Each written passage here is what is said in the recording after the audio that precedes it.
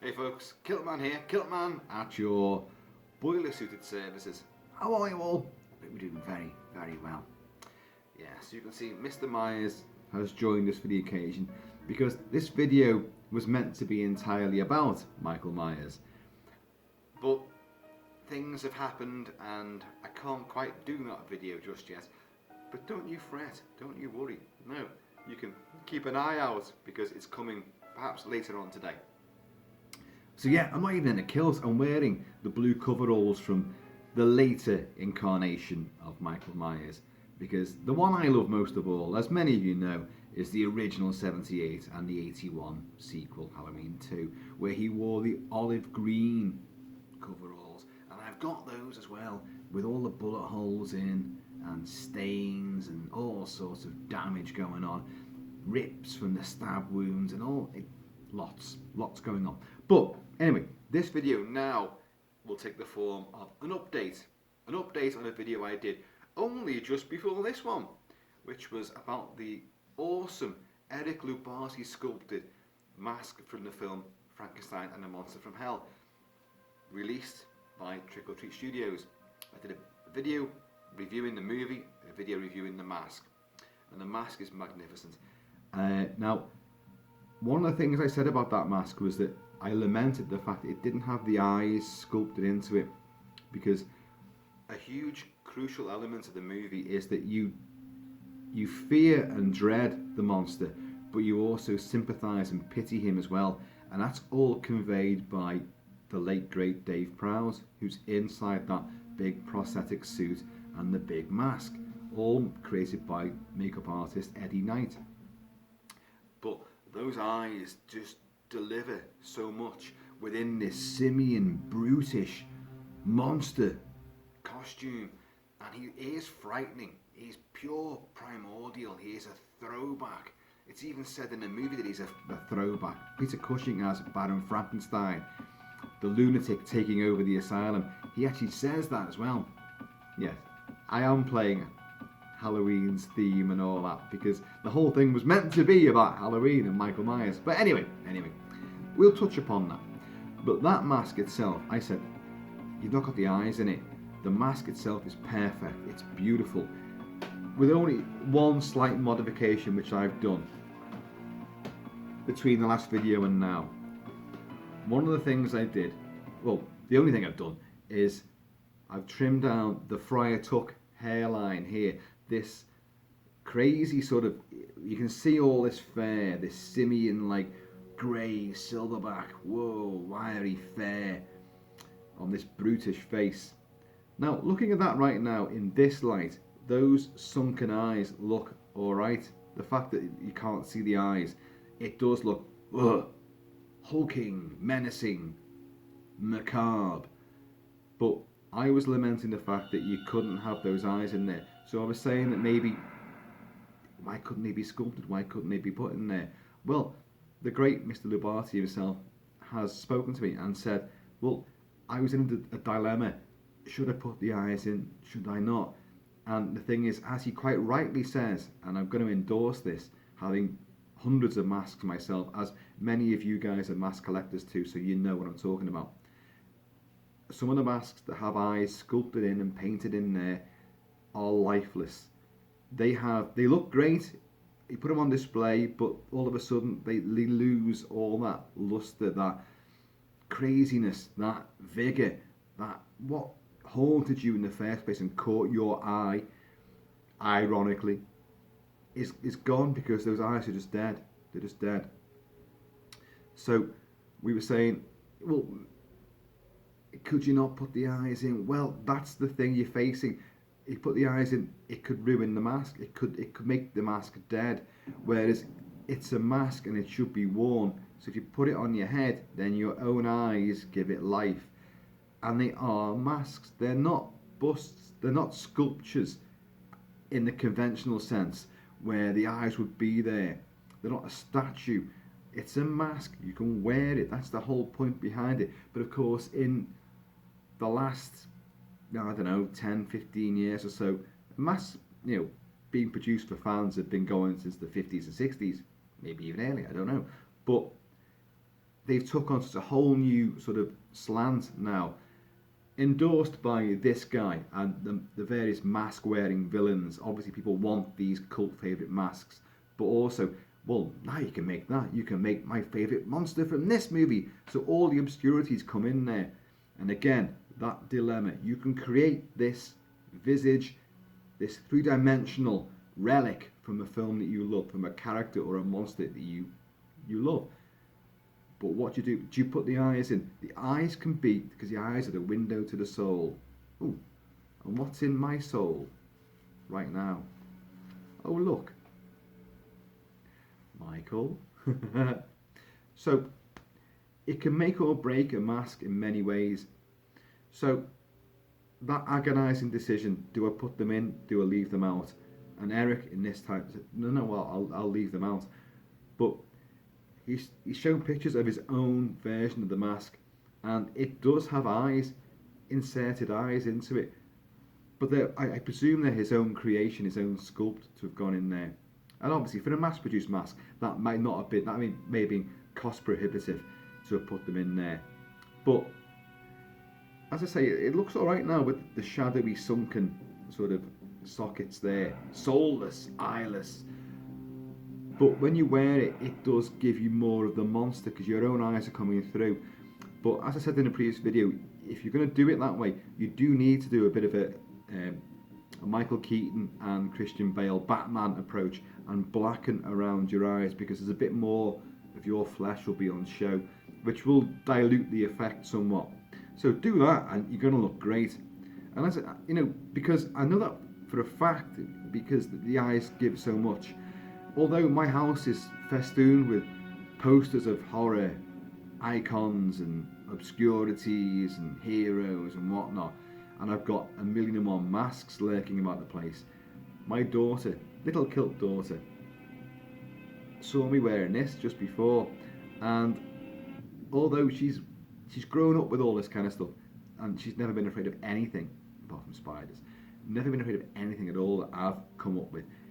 I walked in and she was massively unnerved because I was wearing this and I was moving my eyes around, because it was just the whole thing about this eye dilemma was coursing through my mind. And she went, "Dad, take it off. Dad, that's I don't like it. It's unnerving me." And I was going, "What?" And I was leaning in and the eyes were moving around. I'll show you in a minute what I mean. I was giving it loads. She started throwing cushions at me. She's never acted like that before, and she's 35 years old. You know, I'm stunned. She's 13. She's 13. So yeah, look, you've seen it now with those sunken, and I'll be honest now, that looks really good. Oh, by the way, I have done something else to this.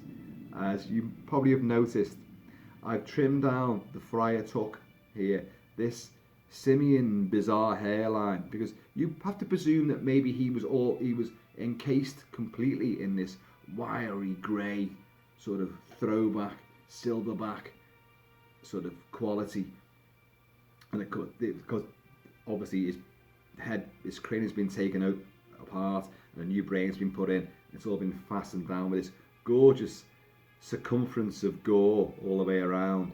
Well, the problem with the mask, and that's not to do with Erich Lubatti, that's the masks that are getting mass produced and they're sticking the fur on. There's too much fur. The one that I got certainly had too much fur on this sort of top fringe thing, sticking right up like that, obscuring this, which in the movie is on show. So I've trimmed it down. Now, a little tip for you, when you're trimming something like that down, and I recommend that you should, Erich's own version is trimmed down, and you can see the sutured line across here on the cranium. When you trim it down, don't make it uniform. Don't just go all the way across and make it nice and flat, because it's not going to be like that. He's like an old man. He's going to have hairy nostrils, hairy ears, you know, all these weird and wonderful whiskerage. His eyebrows are going to be crazy. So, you know, it won't be uniform. So leave a few tufts and a few little extra strands sticking up. But so long as you, and the thing is, because it's quite a thick welter of fur, a pelter of fur, try and separate and cut behind, then the next bit cut a few from the front. Try to make it a bit more random as it would be. He's a mess. He's a dog's dinner of a monster. So, and then you can play about with it. You can put your hairspray on it. You can do whatever you want to do with it, right? Obviously, but try to, make it a bit less uniform. But you want those stitches and that cracked egg of the skull to be on show. I may do a bit more yet on that, but I may try to drag this down a little bit more. But that's the thing about it. If you cut into it and not just all the way across it, you'll be able to play with the depth and the sort of the thickness of it all and give it a realistic quality. And I think that looks far better and far more accurate to what you see in the movie. And plus, if you want the bushier sort of eyebrows here, which they are, there's a few wayward strands in that. All those offcuts, stick them in there. I haven't done that yet, and I may not. But you can stick them into there. What the hell? And you've got plenty to play with because it's got such a good, coverage of fur. Wonderful stuff. Anyway, wonderful stuff. So, speaking about the eyes again, the eyes deliver it all. We were saying about should Tots maybe produce a range of eye appliances which you could put into any mask of your choice. So you buy your mask. You say you buy 2 masks and you get a little bag of 4 eyes just in there, an extra bag of eyes, or you could buy the eyes separately. And maybe that's not a bad idea. Now, the thing is that they've already done that with the 2018 Michael Myers mask. Because you saw James Duke Courtney playing Michael Myers in this, you saw his face a couple of times. Whether you like that or you don't, you saw it, and you saw his eye. Don't forget, he's been stabbed in that eye with a coat hanger by Laurie Strode in Halloween 1978. And she's lurking in the wardrobe, and he comes in, and he knocks the... How many wardrobes have light bulbs in them? Mine don't. Anyway, and he knocks that, and then she stabs him in the guts, and she gets the knitting needle, and the knitting needle goes in the neck. The coat hanger, she untwists the coat hanger and jabs him. She gets him in the eye with that. So down he goes.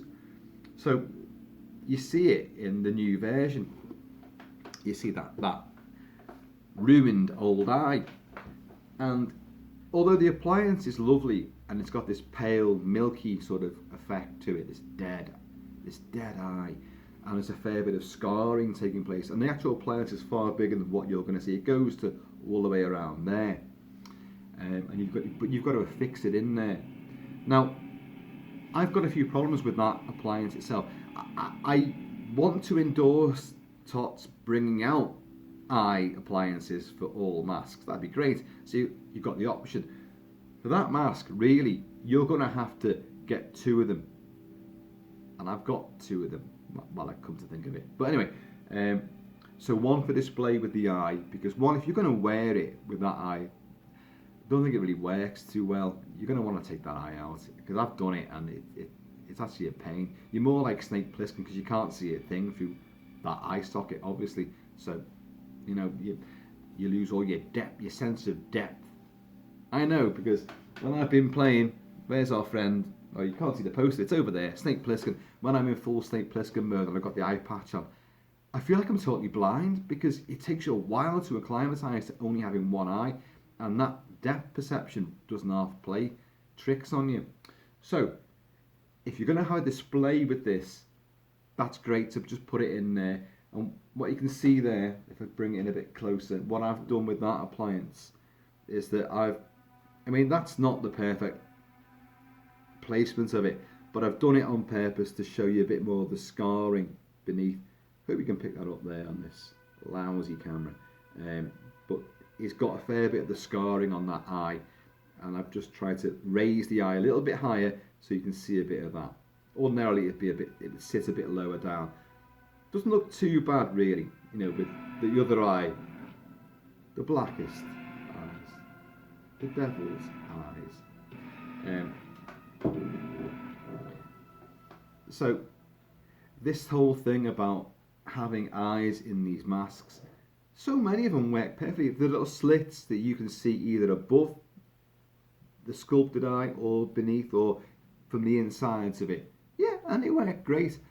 But this mask here has highlighted the fact that one of the key elements of some of these creatures, these characters, is the emotion that you see within the eyes, be it demonic, be it sympathetic, be it heroic, be it whatever. But a lot of the essence may have been missed. Now, this mask, Erich, you know, I love it anyway. And now I've trimmed it down a little bit there. It's just added even more to this. It's fabulous. Fabulous mask. So, I don't know, I completely understand what the dilemma is for the sculptor when it comes to these. Do we put them in? Do we not? How do we do it?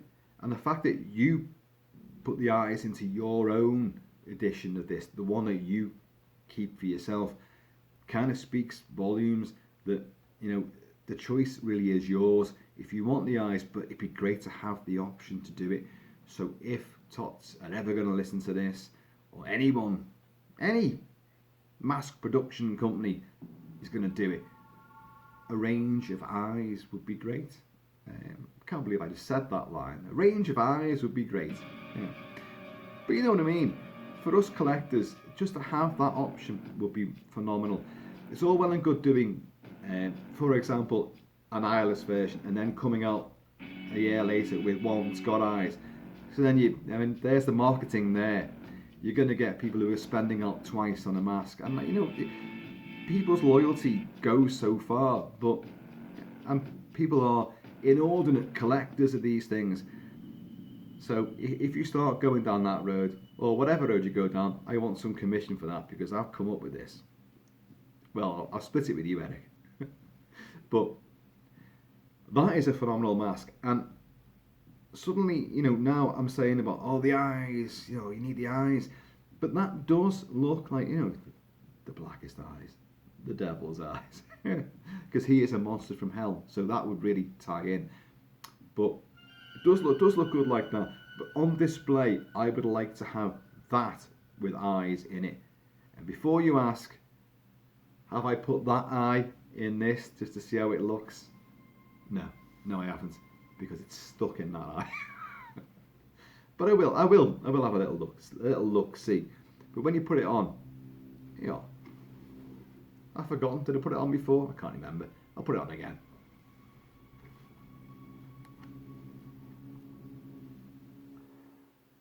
So you would need to blacken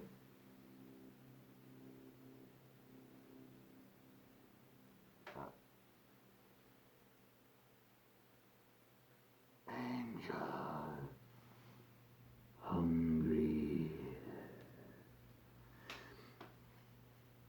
I mean, even though it's very shadowed, you can see something which adds a frisson, you know, of fear. Again, that's a phenomenal mask. That I'm really, really liking it, and I know a lot of people sort of sat on the fence with this mask, and you shouldn't. If you've been collecting the Hammer masks and the Tots masks, then you really want to get hold of this. It's a great mask. My daughter's reaction to it was incredible. She went, it looks real. She goes, the nose on it. He says, I said that and wrinkled my nose, something chronic, but then which looks sort of cartoonishly bulbous and comic book, but she said it looks real.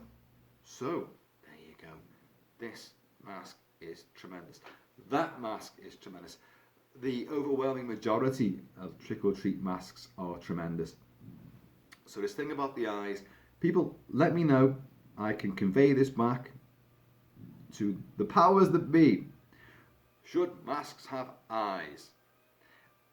Really speaking, I think what the question should be is, can we produce a range of eye appliances which you could then catalogue them and you go, ooh, I'll have some of those ones. I mean, I know that there are eyes that are, but would they fit a lot of these masks? I'm not too sure. I don't know. Anyway, folks, I have been and always shall be a slave to merchandise. Oh God, I need some money. this coming year. I thought last year was going to be bad. Well, let's be honest, 2020 was bad for the entire bloody world. But it was crippling on my finances. It was crippling on my social life as well. God damn it. And this year, 2021, is not shaping up to be much better. Because there's so many things coming out. There are, aren't there? You've seen them. Yeah, you know. So, anyway, folks, I'll be back later on, hopefully, with some developments on the mask, which you can't see, which is sitting right down there, which goes along with this costume. And bears some relation to you, young man. Old man, he's 61 now, isn't he? In fact, by the time Halloween Kills comes out, it's going to be 60 fucking whatever. Your pension, mate, your pensioner. But he's not supernatural. He's a pensioner that can take bullets, be hit by a car, be set on fire, have his fingers blown off, be shot in the face, and still go on a rampage. Yeah, not supernatural. My ass. Folks, I have been and always shall be at your service. So please, give it up for Michael Myers, for Frankenstein's monster, and for Erich Lubatti, and for all those talented guys at Trick or Treat Studios. Please, keep it kilted, and I will see you all.